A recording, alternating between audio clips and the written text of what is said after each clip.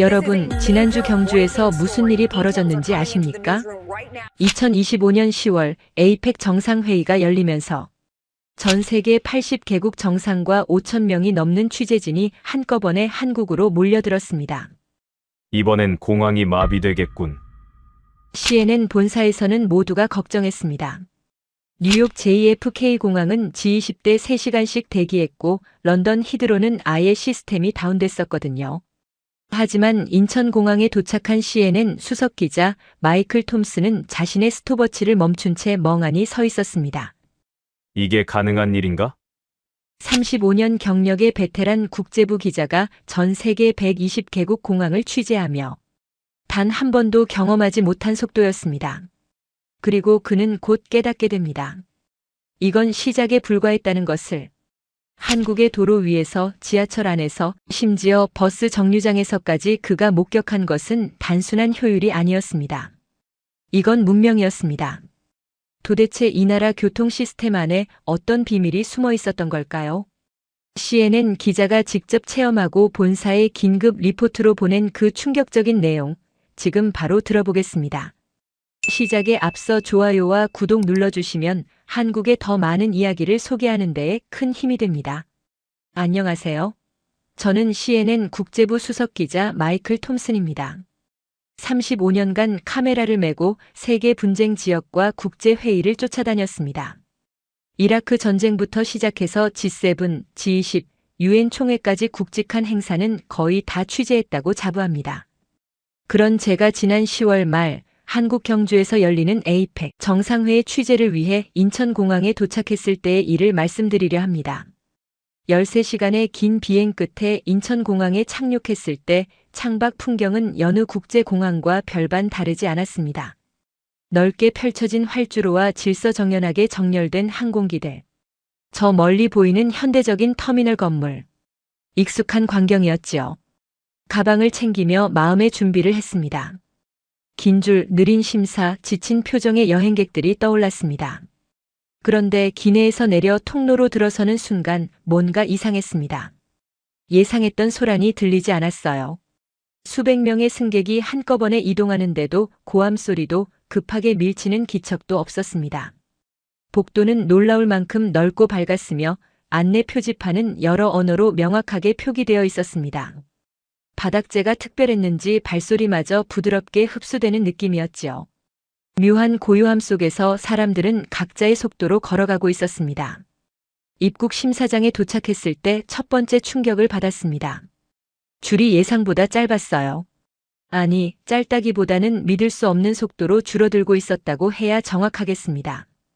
파리 샤를 드골 공항에서는 2시간을 기다린 적도 있었는데 말이죠.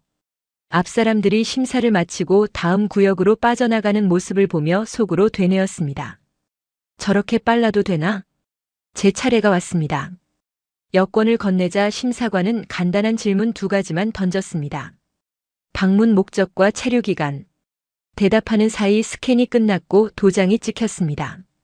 채 10초도 걸리지 않았어요. 순간 어리둥절했습니다. 이게 끝이라니. 뭔가 빠뜨린 건 아닌지 뒤를 돌아보기까지 했습니다. 수화물을 찾는 구역은 더 놀라웠습니다. 컨베이어 벨트 위로 제 캐리어가 벌써 나와 돌고 있었어요. 다른 승객들도 하나둘 짐을 찾아 출구로 향하고 있었습니다. 대혼잡을 예상했던 제 머릿속이 하얘졌습니다. 뉴욕 케네디 공항에서는 짐 하나 찾는데 30분씩 걸리는 게 예사였거든요. 런던 히드로는 더 심했고요. 마지막 관문은 세관이었습니다. 신고할 물건이 없었기에 녹색 통로로 향했는데 여기서도 막힘이 없었습니다.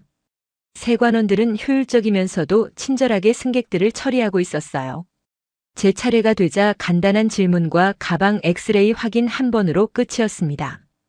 도착 게이트를 완전히 빠져나와 시계를 확인하는 순간 입을 다물 수가 없었습니다. 비행기 착륙부터 공항을 완전히 벗어나기까지 채 10분도 걸리지 않았던 겁니다. 35년 경력의 국제부 기자가 전 세계 120개국 공항을 취재하며 단 한 번도 경험해보지 못한 속도였습니다. 주변을 천천히 둘러봤습니다. 분명 수백 명이 동시에 입국 절차를 밟았는데 모두가 벌써 각자의 길을 가고 있었습니다.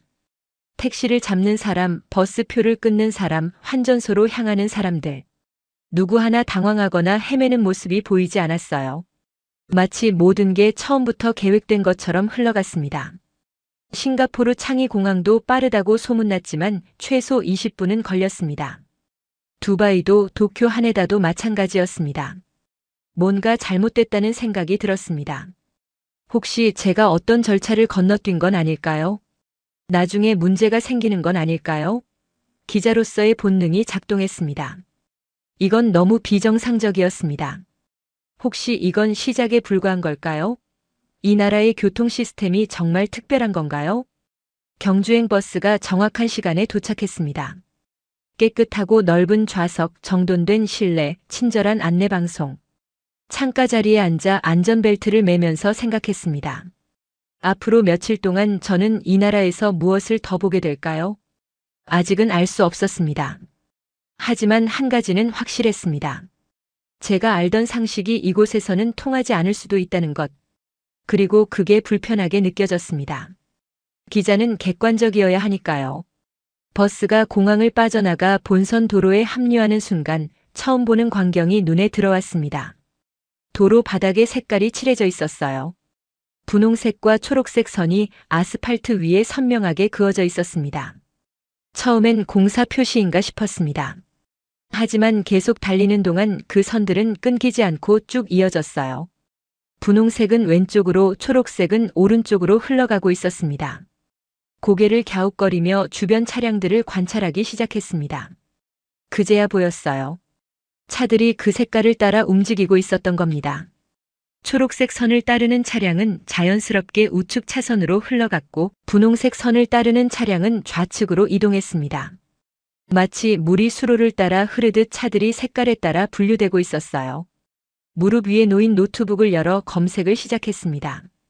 키워드를 입력하자 수십 개의 자료가 쏟아졌습니다. 읽으면서 입이 벌어졌어요. 이건 장식이 아니었습니다. 법으로 정해진 국가표준 교통체계였던 겁니다. 색깔 유도선이라는 이름으로 2019년부터 전국 고속도로에 설치되기 시작했고 지금은 주요 간선도로 대부분에 적용되고 있다고 나와 있었습니다. 분기점이나 나들목 같은 복잡한 구간에서 운전자가 길을 헷갈리지 않도록 색으로 경로를 안내하는 시스템이라고 설명되어 있었습니다. 단순하지만 천재적인 발상이었어요. 표지판을 읽느라 시선을 뗄 필요도 없고 내비게이션을 확인하느라 고개를 숙일 필요도 없었습니다. 그냥 바닥의 색깔만 따라가면 됐으니까요. 하지만 동시에 의문이 들었습니다. 이게 정말 효과가 있을까? 운전자들이 진짜로 이 선을 신뢰하고 따를까? 미국이나 유럽에서도 비슷한 시도가 있었지만 대부분 실패했거든요. 사람들이 무시하거나 혼란스러워하거나 아예 눈치채지 못하는 경우가 많았습니다. 그런데 여기서는 달랐습니다. 차창 밖으로 보이는 모든 차량이 그 선을 따르고 있었어요. 누군가 강제한 것도 아닌데 모두가 자연스럽게 색깔을 인식하고 그에 맞춰 차선을 변경했습니다. 초보 운전자로 보이는 소형차도 대형 트럭도 고급 세단도 예외 없이 그 흐름에 합류하고 있었습니다. 창문에 이마를 기댄 채 계속 지켜봤습니다. 10분, 20분, 30분. 시간이 흐르는 동안 단 한 대의 차도 색깔선을 무시하고 갑자기 끼어들거나 급차선 변경을 하지 않았어요. 마치 보이지 않는 규칙이 작동하는 것 같았습니다. 이상했습니다. 아니, 낯설었다고 해야 맞겠네요. 제가 아는 세계에서는 이런 질서가 자발적으로 유지되지 않았거든요. 뉴욕의 고속도로는 늘 혼잡했고 런던의 도로는 예측 불가능했으며 파리의 운전자들은 무질서로 유명했습니다. 심지어 독일의 정교한 아우토반에서도 가끔 아슬아슬한 순간이 있었습니다. 그런데 이곳에서는 색 하나로 질서가 만들어지고 있었습니다. 노트에 문장을 적기 시작했어요. 하지만 손이 자꾸 멈췄습니다. 뭐라고 설명해야 할지 모르겠더라고요. 이게 기술인가, 문화인가, 아니면 그냥 우연인가. 기자로서 35년을 일하며 배운 게 있습니다. 세상에 완벽한 시스템은 없다는 것. 어떤 제도든 어떤 기술이든 결국 인간의 불완전함 앞에서 무너지기 마련이라는 것. 그게 상식이었어요. 그래서 저는 늘 회의적이었고 비판적이었고 의심 많은 기자로 살아왔습니다. 그런데 지금 제 눈앞에서 벌어지는 이 광경은 뭘까요? 완벽하다고 말하긴 이릅니다. 아직 여정이 끝나지 않았고 뭔가 문제가 생길 수도 있으니까요. 하지만 적어도 지금 이 순간만큼은 이 시스템이 작동하고 있었습니다. 그것도 아주 자연스럽게 조용하게. 버스 안은 고요했습니다. 승객 대부분이 졸고 있거나 휴대폰을 보거나 창밖을 멍하니 바라보고 있었어요. 아무도 이 도로의 특별함을 신기해하지 않았습니다. 당연한 일상처럼 받아들이는 것 같았습니다. 저만 이상하게 느끼는 걸까요? 저만 이걸 특별하다고 생각하는 걸까요? 앞 좌석에 앉은 현지인으로 보이는 남성이 편안하게 잠들어 있었습니다. 그의 표정은 평온했어요. 이 버스가 안전하게, 정확하게, 문제없이 목적지에 도착할 거라는 믿음이 느껴졌습니다. 저는 그 믿음이 어디서 오는 건지 궁금했어요. 시스템에 대한 신뢰일까요? 운전자에 대한 신뢰일까요? 아니면 이 나라 전체에 대한 신뢰일까요? 창밖의 풍경이 바뀌고 있었습니다. 도시의 건물들이 점점 줄어들고 들판과 산이 나타나기 시작했어요. 하늘은 주황빛으로 물들고 있었고 도로 위의 색깔 선들은 석양 아래에서 더욱 선명하게 빛났습니다. 노트북을 다시 열었습니다. 이번엔 제대로 정리해야겠다고 생각했습니다. 공항에서의 놀라움, 그리고 지금 이 색깔 유도선. 두 가지 모두 단순해 보이지만 그 안에는 뭔가 더 깊은 게 있는 것 같았습니다. 해가 지고 있었습니다. 도로 위의 색깔들이 서서히 어둠 속으로 사라지기 시작했어요. 하지만 차들의 흐름은 변하지 않았습니다. 여전히 질서정연하게 조용하게 자기 길을 가고 있었습니다. 눈을 감았습니다.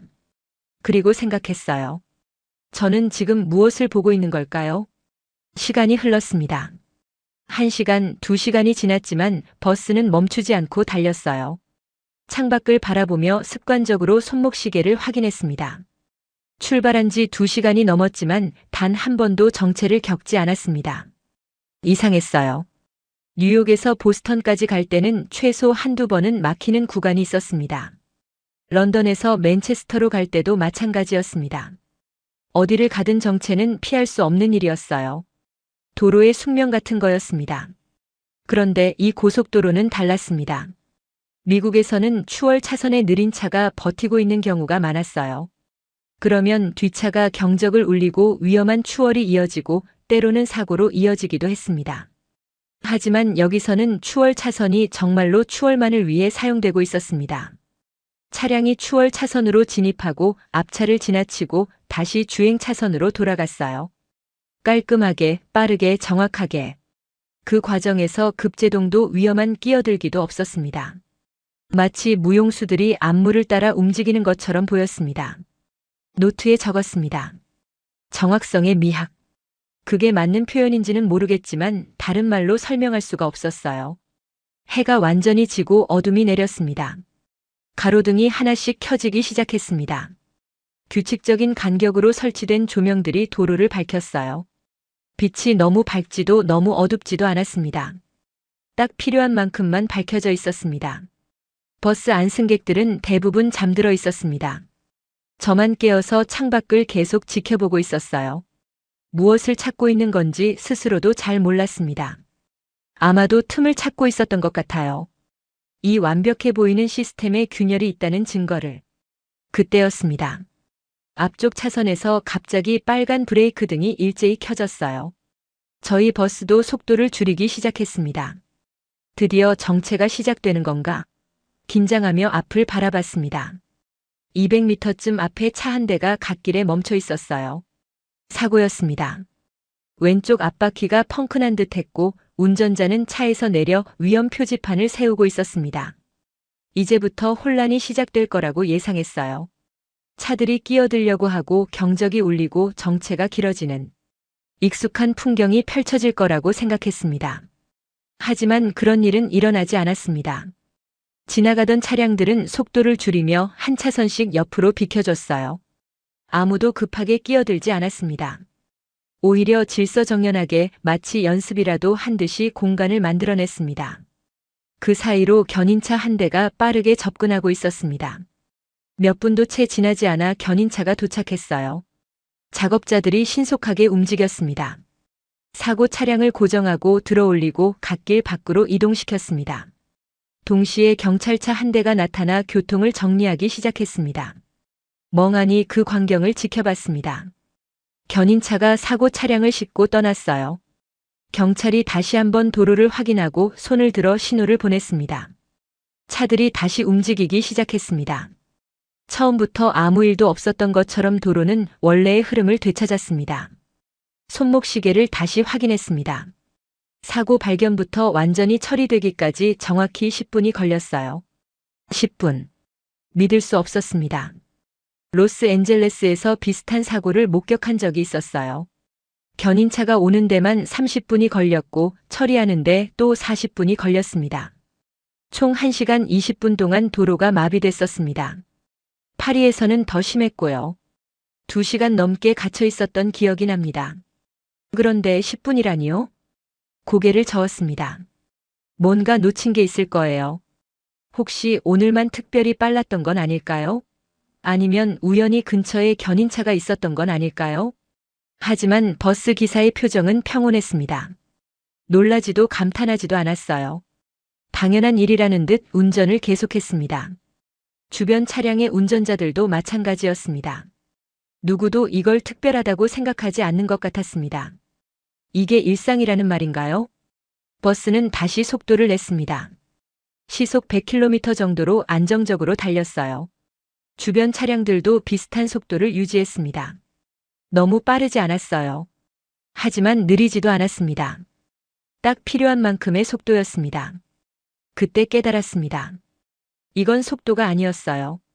이건 정확함이었습니다. 빠른 게 중요한 게 아니었어요. 정확하게 움직이는 것, 예측 가능하게 흐르는 것, 문제가 생겼을 때 신속하게 대응하는 것. 그게 이 도로의 본질이었습니다. 미국의 고속도로는 빨랐어요. 시속 130km로 달리는 차도 흔했습니다. 하지만 사고도 많았고 정체도 잦았으며 예측이 불가능했습니다. 독일의 아우토반은 더 빨랐습니다. 속도 제한이 없는 구간도 있었습니다. 하지만 긴장의 연속이었습니다. 이곳은 달랐습니다. 빠르지 않아도 충분히 효율적이었어요. 조용하지만 확실했고 단순하지만 완벽했습니다. 버스는 곧 경주 시외버스 터미널에 도착했습니다. 정확히 4시간 30분 만이었어요. 자리에서 일어나 짐을 챙겼습니다. 다리가 뻣뻣했지만 마음은 더 복잡했어요. 제가 지금 무엇을 경험한 건지 아직도 정리가 되지 않았습니다. 버스에서 내리는 순간 차가운 밤 공기가 얼굴을 스쳤습니다. 깊게 숨을 들이마셨어요. 그리고 뒤돌아 버스를 바라봤습니다. 4시간 30분 동안 저는 단순히 도로 위를 달린 게 아니었습니다. 뭔가 다른 걸 목격한 거였어요. 숫자가 아닌 시스템이 아닌 뭔가 더 깊은 것을. 정확함이라는 이름의 철학을. 다음 날 아침 호텔을 나서자 아침 햇살이 따뜻했습니다. 출근 시간대였습니다. 저는 자연스럽게 혼잡함을 예상했어요. 차량들이 빵빵거리고 보행자들이 신호를 무시하고 오토바이가 인도를 넘나들고 세계 어느 도시나 아침 풍경은 비슷했으니까요. 그런데 경주는 달랐습니다. 도로는 조용했어요. 차들이 지나가고 있었지만 경적 소리가 들리지 않았습니다. 신호등 앞에 멈춘 차량들은 조용히 기다렸고 신호가 바뀌면 천천히 출발했습니다. 급출발도 끼어들기도 없었어요. 횡단보도로 걸어가며 인도를 살폈습니다. 바닥이 깨끗했어요. 쓰레기도 담뱃갑도 보이지 않았습니다. 보도 블록은 일정하게 깔려 있었고 틈새마다 잡초가 아니라 풀이 곱게 자라고 있었습니다. 누군가 관리하고 있다는 게 느껴졌습니다. 신호등이 바뀌었습니다. 횡단보도를 건너기 시작했습니다. 그때 놀라운 일이 벌어졌어요. 오른쪽에서 오던 차 한 대가 완전히 멈춰섰습니다. 아직 제가 절반도 건너지 않았는데 말이에요. 뒤따르던 차량들도 모두 멈췄습니다. 뉴욕에서는 상상할 수 없는 일이었어요. 거기선 신호가 바뀌기 직전까지 차들이 속도를 내고 보행자는 뛰어서 건너야 했습니다. 횡단보도를 다 건너고 나서 뒤를 돌아봤습니다. 차들은 여전히 기다리고 있었어요. 다음 보행자가 건너기 시작할 때까지. 누가 시킨 것도 아닌데 당연하다는 듯이. 이상했습니다. 아니, 낯설었어요. 계속 걸었습니다. 큰 사거리에 도착했을 때 신호 체계를 자세히 관찰했어요. 차량 신호, 보행자 신호, 좌회전 신호가 순서대로 바뀌었습니다. 혼란이 없었어요. 모든 게 정해진 순서대로 정확한 타이밍에 작동했습니다. 특히 눈에 띈 건 음향 신호였습니다. 시각 장애인을 위한 소리가 명확하게 들렸어요. 초록불입니다 하는 음성 안내와 함께 리듬감 있는 신호음이 울렸습니다. 횡단보도마다 예외 없이 설치되어 있었습니다. 점심 무렵 회의장에 도착했습니다. 입구에서 다른 외신 기자들을 만났어요. 미국 통신사의 기자, 영국 방송국 특파원, 프랑스 일간지 기자. 모두 베테랑들이었습니다. 자연스럽게 한국에 대한 이야기를 나눴습니다. 그런데 모두의 반응이 비슷했어요. 공항에서 호텔까지 오는데 30분밖에 안 걸렸다는 이야기, 어젯밤 택시를 탔는데 미터기가 정확하더라는 얘기, 거리가 너무 깨끗해서 처음엔 시 외곽인 줄 알았다는 말들. 모두가 똑같은 충격을 받고 있었습니다. 저희 같은 베테랑 기자들이 세계 곳곳을 취재해 본 사람들이 한 나라의 교통 시스템에 이렇게 놀라고 있다는 게 우스웠어요. 미국 기자가 말했습니다. 이건 도시가 아니라 시스템이야. 그 말이 묘하게 가슴에 와닿았습니다. 시스템. 맞아요. 시스템이었어요. 하지만 차가운 기계 같은 시스템이 아니었습니다. 사람을 배려하는 시스템이었습니다. 효율을 추구하지만 따뜻한 시스템이었어요. 회의가 끝나고 저녁 다시 거리로 나왔습니다. 해가 지고 가로등이 켜졌어요. 낮과는 또 다른 풍경이었습니다. 신호등의 카운트다운이 눈에 들어왔어요. 30, 29, 28. 정확하게 초를 세며 내려갔습니다. 운전자도 보행자도 모두 그 숫자를 보며 판단했습니다. 언제 멈춰야 하는지, 언제 건너야 하는지. 이 단순한 장치가 얼마나 많은 사고를 예방하는지 생각해 봤습니다. 뉴욕에는 이런 카운트다운이 없었어요. 신호가 갑자기 바뀌고 사람들은 당황했습니다. 사고는 늘 그런 순간에 일어났습니다. 횡단보도를 건너는데 한 할머니가 천천히 걸어가고 있었습니다. 신호가 곧 바뀔 시간이었어요. 긴장했습니다. 차들이 경적을 울리지 않을까? 하지만 아무 일도 일어나지 않았습니다. 차들은 조용히 기다렸어요.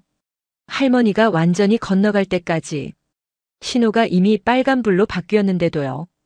가슴이 뜨거워졌습니다. 이건 규칙이 아니었어요.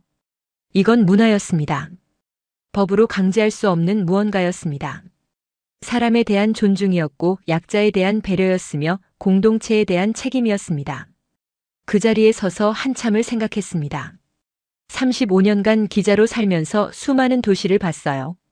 뉴욕의 역동성, 런던의 전통, 파리의 낭만, 도쿄의 정밀함. 각 도시마다 특색이 있었습니다. 그런데 경주는 뭘까요? 이 작은 도시의 정체성은 뭘까요? 고요함이었습니다. 하지만 죽은 고요함이 아니었어요. 살아있는 고요함이었습니다. 질서 속의 고요함이었고 배려 속의 고요함이었으며 신뢰 속의 고요함이었습니다. 호텔로 돌아가는 길 계속 주변을 관찰했습니다. 버스 정류장에 질서정연하게 선 사람들, 자전거 도로를 지키는 자전거들, 주차선 안에 정확히 멈춘 차량들. 모든 게 제자리에 있었어요. 이게 우연일까요? 단순히 규칙을 잘 지키는 사람들이라서 그런 걸까요? 아니었습니다. 이건 더 깊은 무언가였어요. 시스템을 믿는 마음이었고 서로를 존중하는 문화였으며 공동체를 생각하는 의식이었습니다. 생각했습니다. 내일 서울에 가면 또 무엇을 보게 될까요? 이 고요함이 경주만의 것일까요? 아니면 이 나라 전체의 것일까요? 답은 아직 몰랐습니다. 하지만 한 가지는 확실했어요. 제가 쓸 기사가 처음 계획했던 것과는 완전히 달라질 거라는 것. 그리고 그게 두렵기도 하고 설레기도 했습니다. 회의가 끝나고 서울로 올라가기로 했습니다. 고속철도를 타기로 했어요. 2시간이면 도착한다고 들었거든요. 경주에서 서울까지 280km를 2시간 만에 말이죠. 역에 도착했을 때 첫인상은 깔끔함이었습니다. 표를 구매하고 대합실 벤치에 앉아 주변을 관찰했어요. 사람들이 질서정연하게 줄을 서서 개찰구로 들어가고 있었습니다. 밀치는 사람도 끼어드는 사람도 없었어요. 모두가 자기 차례를 기다리고 있었습니다. 기차가 들어오는 순간 입을 다물 수가 없었습니다. 유선형의 세련된 디자인, 깨끗한 차체, 조용한 엔진음. 이게 정말 기차인가 싶었어요. 마치 미래에서 온 것 같았습니다. 탑승했습니다. 좌석은 넓고 편안했으며 창문은 크고 깨끗했습니다. 짐을 선반에 올리고 자리에 앉았어요. 발 아래 콘센트가 있었습니다. 충전이 가능했어요. 기차 안에서요. 정확한 시간에 출발했습니다. 가속이 시작됐는데 소음이 거의 없었습니다. 진동도 느껴지지 않았어요. 그냥 부드럽게 조용하게 속도가 올라갔습니다. 창밖 풍경이 빠르게 지나가기 시작했습니다. 객실 앞쪽에 전광판을 봤습니다. 현재 속도가 표시되고 있었어요. 시속 300km. 믿을 수 없는 숫자였습니다. 그런데 전혀 무섭지 않았어요. 안정적이었거든요. 창밖을 바라봤습니다. 들판이 지나가고 산이 지나가고 도시가 지나갔습니다. 모든 게 빠르게 흘러갔지만 차 안은 평온했습니다. 승객들은 책을 읽거나 노트북을 하거나 조용히 대화를 나누고 있었어요. 30년 전 프랑스에서 처음 고속철도를 탔을 때가 떠올랐습니다. 당시에도 놀라웠어요. 하지만 이건 차원이 달랐습니다. 더 빠르고 더 조용하고 더 안정적이었습니다. 2시간이 금방 지나갔습니다. 서울역에 도착했을 때 시계를 확인했어요. 정확히 2시간이었습니다. 1분의 오차도 없었습니다. 역에서 나오자 도시의 소란이 몰려왔어요. 사람들, 차량들, 빌딩들. 1300만 명이 사는 거대 도시였습니다. 익숙한 혼란을 예상했습니다. 뉴욕처럼, 런던처럼, 도쿄처럼. 하지만 저는 다른 선택을 했습니다. 대중교통을 타보기로 한 거예요. 기자로서 그리고 한 사람의 여행자로서 도시를 제대로 이해하려면 그들이 매일 쓰는 교통수단을 직접 경험해야 한다고 생각했습니다. 역 근처의 편의점에서 교통카드를 샀습니다. 5,000원을 충전하고 지하철 개찰구로 향했습니다. 플랫폼으로 내려가는 순간 첫 번째 놀라움이 왔습니다. 무료 와이파이였어요. 핸드폰이 자동으로 연결됐습니다. 속도를 확인해 보니 빨랐어요. 영상도 끊김없이 재생됐습니다. 지하 깊은 곳인데도요. 뉴욕 지하철에서는 상상할 수 없는 일이었습니다. 거기선 지상에서도 신호가 약했으니까요. 플랫폼 천장에는 전광판이 있었습니다. 다음 열차 도착까지 3분 40초. 초 단위까지 정확하게 표시되고 있었어요. 시간이 흐르며 숫자가 줄어들었습니다. 3분, 2분, 1분. 그리고 정확히 0초가 됐을 때 열차가 들어왔습니다. 초 단위로 정확한 배차. 입을 다물 수가 없었어요. 좌석에 앉아 주변을 살폈습니다. 노약자석이 눈에 띄었어요. 분홍색으로 구분되어 있었고 위에는 그림과 함께 안내 문구가 적혀 있었습니다. 임산부, 노인, 장애인, 어린이를 위한 자리라고요. 그런데 놀라운 건 그 좌석이 비어 있다는 거였습니다. 출근 시간대인데도요. 젊은 사람들은 서 있었고 노약자석만큼은 그대로 비워두고 있었어요. 한 할머니가 타셨습니다. 그러자 앉아있던 학생 하나가 벌떡 일어나 자리를 양보했습니다. 할머니는 고개를 숙여 감사를 표했고 학생은 아무렇지 않다는 듯 손잡이를 잡았습니다. 가슴이 또 뜨거워졌습니다. 몇 정거장을 지나 환승역에 도착했습니다. 다른 노선으로 갈아타야 했어요. 안내판을 보니 화살표와 색깔로 명확하게 표시되어 있었습니다. 길을 잃을 틈이 없었어요. 환승 통로를 걷는데 벽면에 설치된 스크린이 눈에 들어왔습니다. 실시간으로 다음 열차 정보가 표시되고 있었어요. 몇 분 후 도착, 얼마나 혼잡한지, 막차 시간까지. 모든 정보가 한눈에 보였습니다. 이게 무료라고요? 세금으로 운영되는 공공 서비스라고요? 다른 노선에 올랐을 때 더 놀라운 걸 봤습니다. 열차 내부에 작은 모니터가 있었어요. 현재 위치, 다음 역 환승 정보가 실시간으로 업데이트되고 있었습니다. 한국어, 영어, 중국어, 일본어로 동시에요. 생각했습니다. 이 도시는 외국인을 배려하고 있구나. 길을 잃을까 두려워하는 여행자를, 언어가 통하지 않아 불안한 사람들을 생각하고 있구나. 열차에서 내려 지상으로 올라왔습니다. 버스 정류장이 보였어요. 한번 타보고 싶었습니다. 같은 교통카드로 탈 수 있다고 들었거든요.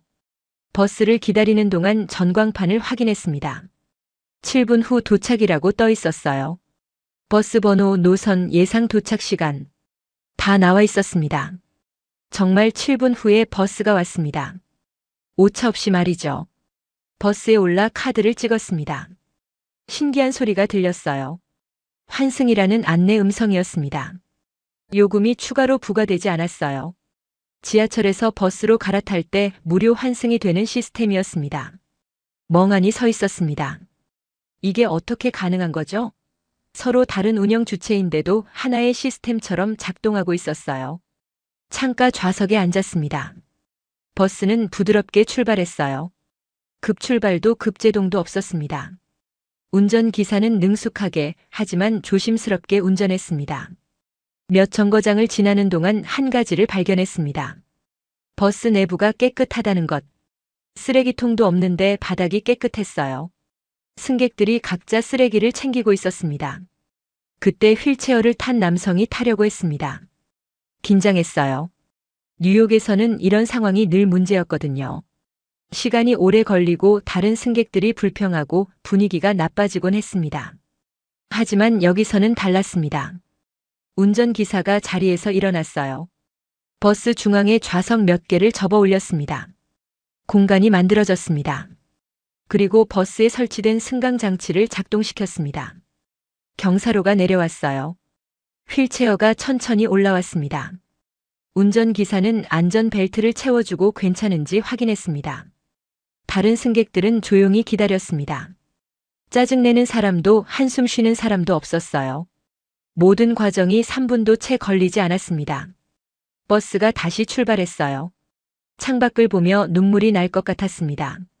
이게 당연한 일이어야 하는데 세계 대부분의 도시에서는 당연하지 않았거든요. 장애인은 늘 불편을 감수해야 했고 다른 사람들에게 미안해야 했으며 때로는 포기해야 했습니다.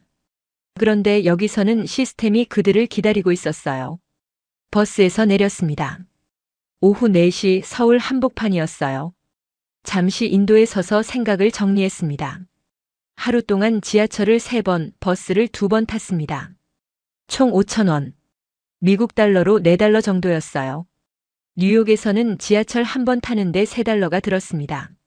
환승하면 추가 요금이었고요. 하지만 가격만이 아니었어요.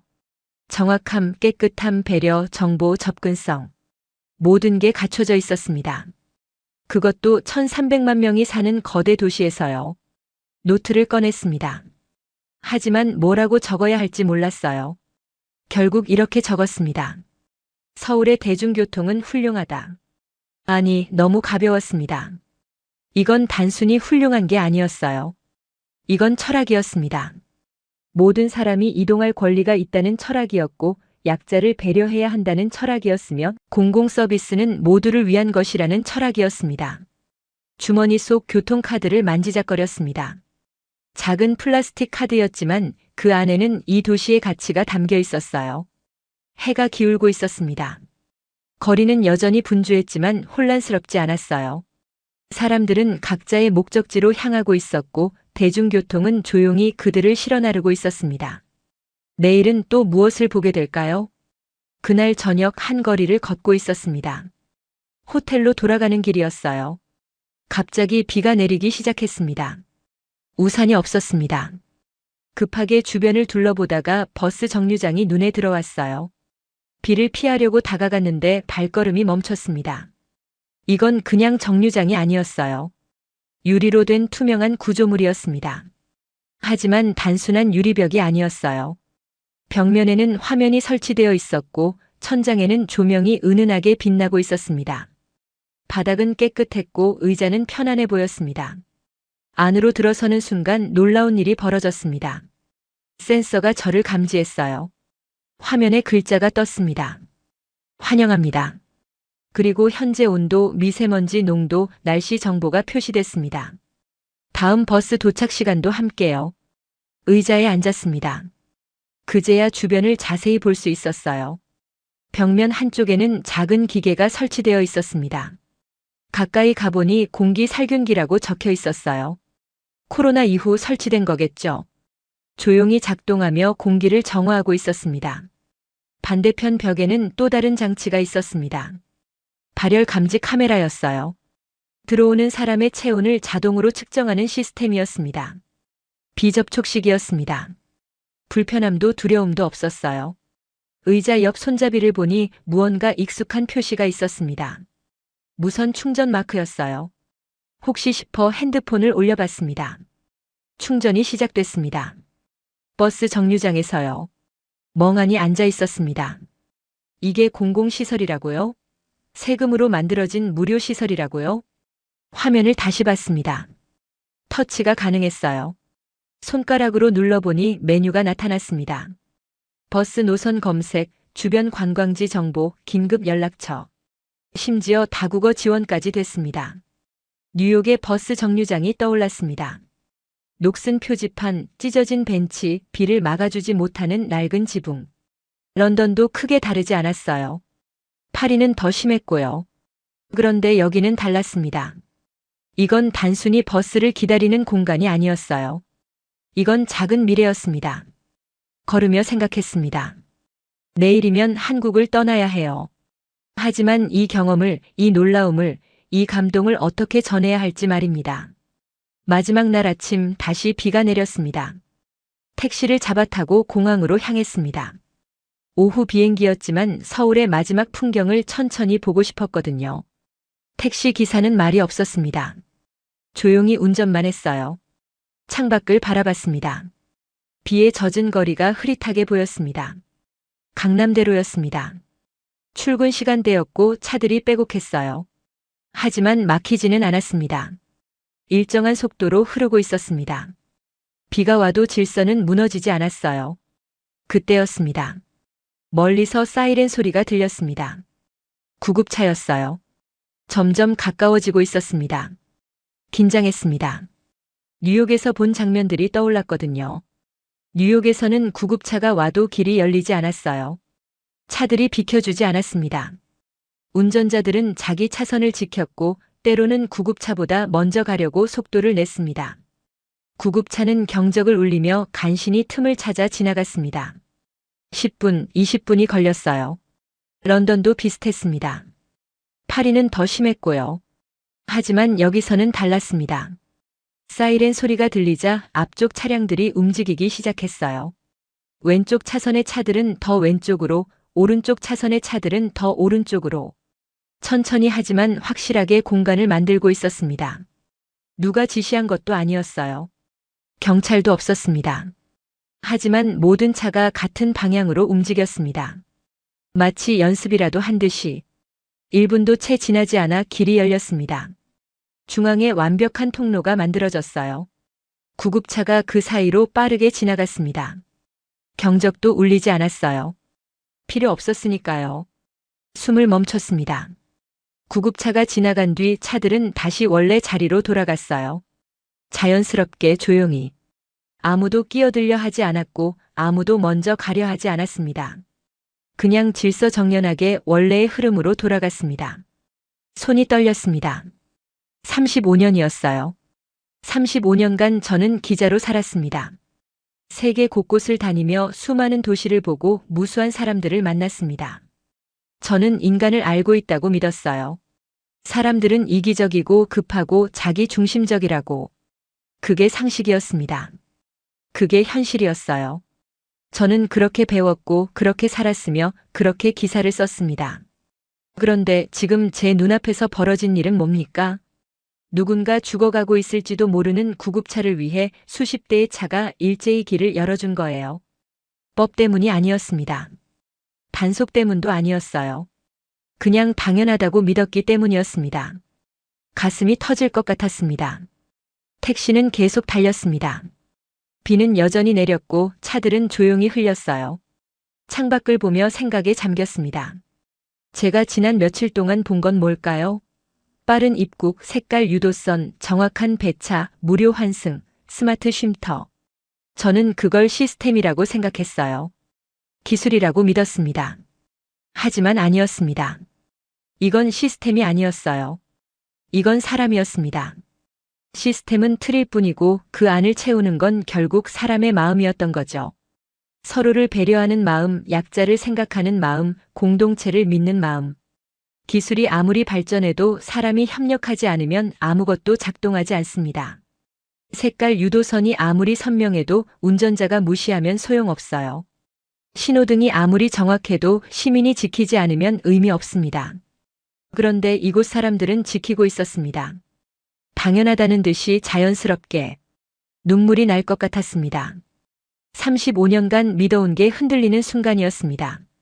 세상을 보는 눈이 완전히 바뀌는 경험이었어요.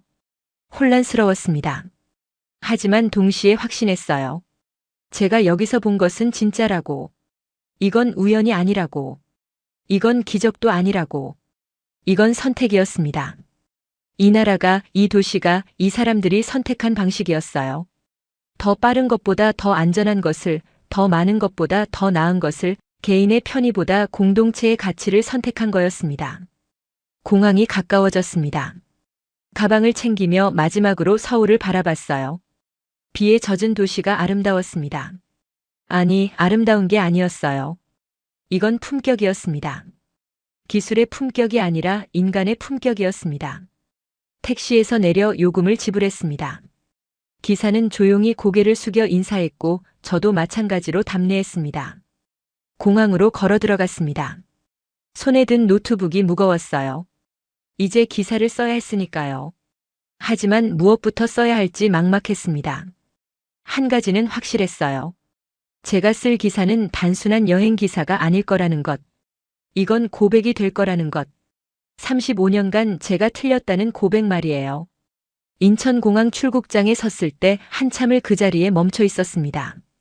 며칠 전 똑같은 장소였어요. 하지만 제 눈에 보이는 것은 완전히 달라져 있었습니다. 체크인 카운터에는 사람들이 줄을 서 있었습니다. 조용했어요.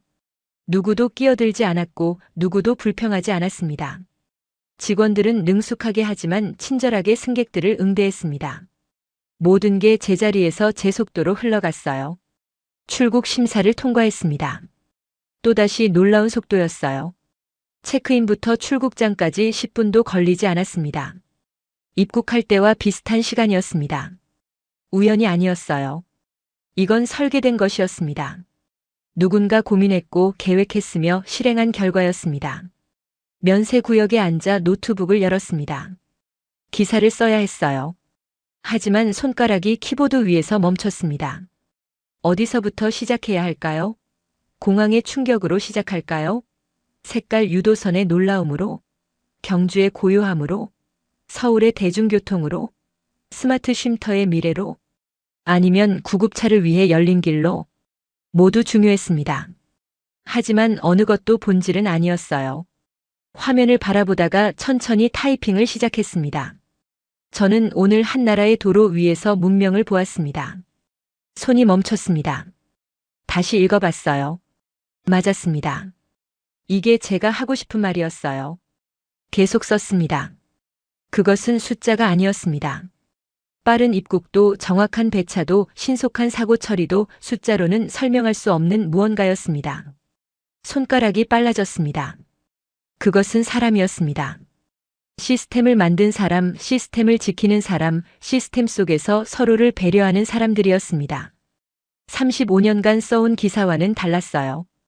객관적이지 않았고 거리를 두지도 않았으며 비판적이지도 않았습니다. 이건 고백이었어요. 한 사람의 기자가 아니라 한 인간으로서의 고백이었습니다. 창밖으로 비행기들이 보였습니다. 질서정연하게 이륙하고 착륙하고 있었어요. 관제탑의 지시를 받으며 정확한 타이밍에 안전하게. 여기도 마찬가지였습니다. 보이지 않는 곳에서 수많은 사람들이 일하고 있었어요. 청소하는 사람, 안내하는 사람, 점검하는 사람, 운영하는 사람들. 그들 모두가 이 시스템을 살아 숨쉬게 만들고 있었습니다. 계속 썼습니다. 이 나라의 교통 시스템은 세계에서 가장 빠른 건 아닙니다. 하지만 정확합니다. 그리고 따뜻합니다. 맞았어요. 따뜻함이었습니다. 차가운 효율이 아니라 따뜻한 배려였던 거죠. 탑승 안내 방송이 나왔습니다. 게이트로 걸어가며 마지막으로 공항을 둘러봤어요. 깨끗한 바닥, 밝은 조명, 친절한 직원들, 편안한 의자. 모든 게 완벽했습니다. 아니, 완벽이 아니었어요. 이건 노력이었습니다. 매일매일 쌓아온 노력의 결과였고 포기하지 않은 의지의 증거였으며 더 나은 내일을 믿는 희망의 표현이었습니다. 비행기에 올랐습니다. 좌석에 앉아 안전벨트를 맸어요. 승무원이 미소를 지으며 인사했습니다. 창밖으로 인천공항이 보였습니다. 생각했습니다. 며칠 전에 저와 지금의 저는 다른 사람이라고. 같은 얼굴, 같은 이름이지만 세상을 보는 눈이 바뀌었다고. 35년간 저는 믿었어요. 완벽한 시스템은 없다고. 인간은 결국 이기적이라고. 질서는 강제로만 유지된다고. 그게 현실이라고 배웠고 그렇게 기사를 썼으며 그렇게 살았습니다. 하지만 틀렸어요. 적어도 여기서는 틀렸습니다. 비행기가 움직이기 시작했습니다. 활주로 향하고 있었어요.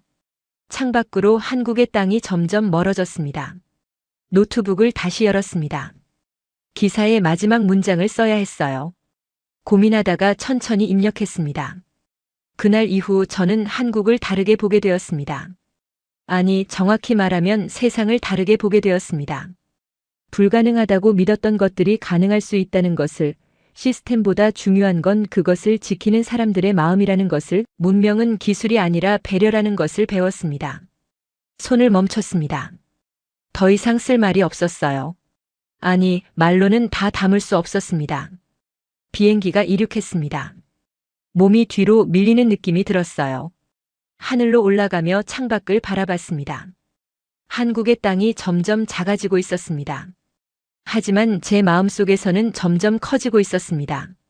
그 작은 나라가, 그 조용한 사람들이, 그 따뜻한 시스템이. 노트북을 닫았습니다. 눈을 감았어요. 그리고 조용히 생각했습니다. 언젠가 다시 올 겁니다. 이번엔 기자로서가 아니라 배우는 사람으로서. 이번엔 취재하러가 아니라 이해하러. 이번엔 쓰러가 아니라 느끼러. 비행기는 구름 위를 날고 있었습니다. 창밖은 새하였어요. 하지만 제 마음은 여전히 그 색깔 유도선이 그어진 도로 위를 달리고 있었습니다. 정확한 신호를 지키며 서로를 배려하는 사람들과 함께.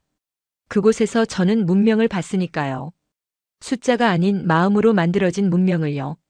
공항에서 시작된 놀라움이 한 사람의 35년 믿음을 완전히 뒤집어 놓았습니다. 색 하나로 질서를 만들고 정확함을 선택하며 구급차를 위해 1분 만에 길을 여는 사람들. 그들이 보여준 건 시스템이 아니라 철학이었습니다. 빠름보다 안전함을, 효율보다 배려를, 개인보다 공동체를 선택한 나라. 그 선택이 쌓여 문명이 되고 문명이 일상이 되고 일상이 자랑이 되는 곳이었습니다. 한 사람의 외신 기자가 본 것은 단순한 교통 시스템이 아니었어요. 그건 사람을 대하는 방식이었고 미래를 만드는 철학이었으며 함께 사는 법에 대한 조용한 답이었습니다. 비행기는 계속 날아갔습니다. 하지만 제 마음은 여전히 그곳에 머물러 있었습니다. 오늘 사연은 여기까지입니다.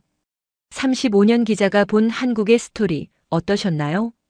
사연의 주인공에게 응원의 댓글을 남겨주세요.